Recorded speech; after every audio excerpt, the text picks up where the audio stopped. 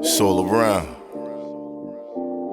Look around you, man. You can find inspiration. You can find discouragement. It all depends on you. Perception is everything. Some people just hear another song. Some people hear the greatest. A nigga used to have no chill. Nowadays I bump side A. Traffic going bumper to bumper, stuck on the highway.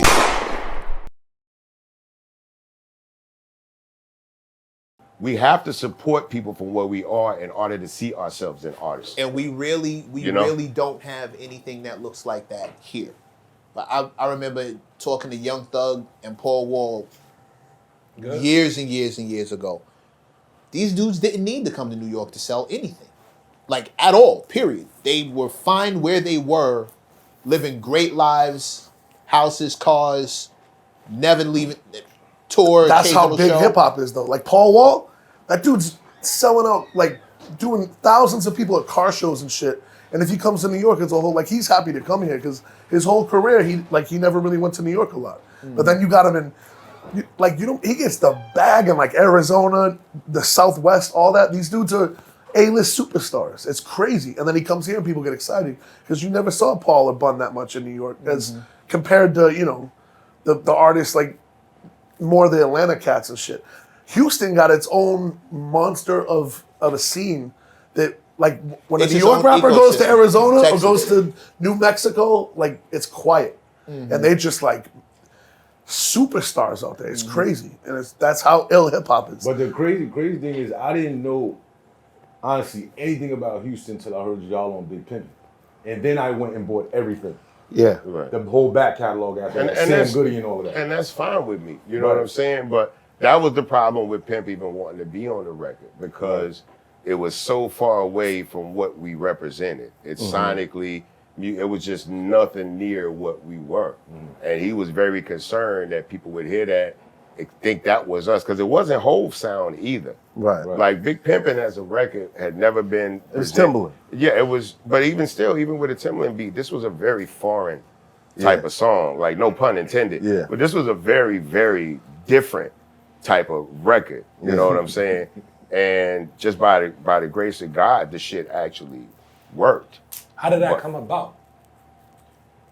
That's a long story. It's because there was supposed to be a song before that, but it didn't happen because it was literally in the middle of the East Coast West Coast situation. So Hov wanted Pimp C on Just a Week Ago with Too Short. He wanted Pimp on that song. Just a week ago. Yeah, and so Pimp was like, cool. Pimp had just bought a house in Mableton, Georgia. He just had a new full studio built in. So he's like, yo, come on down to Atlanta, come to the crib. We'll knock the song out. You know what I'm saying? Jay was like, I'm not leaving New York right now. I'm just not leaving New York. Pimp was like, well, shit, I ain't leaving the South, so I guess we ain't gonna do it. And just whatever. It just never happened. Right. And then, but it came back around through Chaka Zulu, who's always been a good friend of ours. Shout to Shot. We met Chaka Zulu as, he was basically, when we won our first promo run, he was the runner for Atlanta. So he was the guy from BMI that picked us up and drove us around to all the in-stores and shit like that. And we had to go do radio and stuff. That's how we met Chris, Ludacris, because he was Chris Lover back then. I met Lil Jon and them when they were doing Black Market Radio. But Chaka was one of those dudes that just had such an interesting life, right? Like, the more we talked to him and the more we asked him and the more he started coming out, like, wait a minute, so Tupac and Grand Pooba are your cousins. Like, how are these niggas? right. Like, how are these niggas even kids? Yeah. And then and we got to know him personally. I got to know his family. Lifelong revolutionaries fighting, and he's always been one of those peoples, which makes no surprise that he and Clarence Avant had such a close relationship because he was always one of those people that wanted to connect dots, just wanted to connect dots, and that was the thing. He really wanted to see that record happen, and so he was like, I know Chad, I know Bun. I'm gonna reach out to him, and so he gave Hov my number, and Hov called me, and it was blocked though. Wow. And he's like, I'm like, who is this? He's like, this is Jay-Z. I'm playing on my phone. And then the phone rang again. I'm like, some nigga playing on my phone, and I said, man, who is this? It's like, yo, family, you know, because Hov got a very, I don't do a good Hov impression, but he got a very, very, very specific and unique voice. Yeah. You know what I'm saying? It's almost regionless. You know what I'm saying? Yeah. And when I heard that little, I don't want to say squeak because I don't want the man to feel, but there's a little pitch change that happens with inflection with Hov. Right. And I was like, hey, this really is this nigga Jay-Z. And Pimp was still a little salty from the last time. Pimp like, what do he want? You know what I'm saying? He was like, man, we got, you know, he said he got a record. He want. I ain't going to New York, so tell him I ain't going to New York. Like, they were like, nah, they gonna send us the record, you know, but I went to New York. I was like, I want to go to New York. And I went to New York and I walked in Rockefeller. And it was funny because the office was full of the forces. They had just got their full allotment of Rockefeller Air Force Ones. And like, you want some shoes? I was like, I don't wear that shit. You know, right. I didn't wear them. Like that. We were very gangster night Cortez at the time. So just the idea of wearing another shoe was not even an option. And to wear what to me was a New York shoe just wasn't gonna work. We wanted to be Southern in every form and fashion of presenting ourselves to people. So I just turned it down on general principle. Sneaker probably worth a couple $1,000. But yeah, I mean, you know, we rode around, we had lunch, we went to the studio, we knocked the record out, and then it took a couple months to convince Pimp to do the record. He was dead set against doing the record. Now, is it because of the experience prior to that, or it had nothing. It had nothing. His love for Tupac, was it? It was part of that. Now that was an issue. Right. That was an issue. There would be things that would come up in conversation. We'd have meetings and sit downs, and we'd have to come to the conclusion of something. And he would look. He had a picture. Every house he lived in, he had a picture of Pac on the wall, and he would look up at Pac, and he'd be like, "Man, what are you doing?" I'm asking Pac what he would do. You know, because that's the level of reverence that he had for Pac, but also in his mind, that was how he wanted to be seen, as a man that stood on something. You know what I'm saying? So if we got to sacrifice fame for integrity, we gonna do that. And we had to really convince him that this record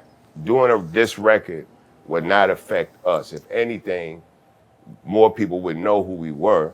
And then, like you said, once they did the research, now they really get a sense of who we are, and they have an opportunity to decide whether or not they want to fuck with us or not. Right. You know what I'm saying? So he was like, well, all right, I'm going to do the motherfucker, but I ain't doing but 8 bars. And it's literally 8 of the most classic bars in hip-hop history. I argue it's the most quoted 8 bars in hip-hop history. Maybe, only thing quoted more than that is probably Engine. No, but you know, that's only 4 bars. But it was pulling teeth. It was pulling teeth to convince him, because I could see what was going to happen. Hov was the biggest thing since sliced bread at the time. And, you know, because this is coming off a Hard Knock Life and all that type of shit. Yeah. So I'm like, niggas finna see us. That was my whole thing. I was ready for niggas to see us.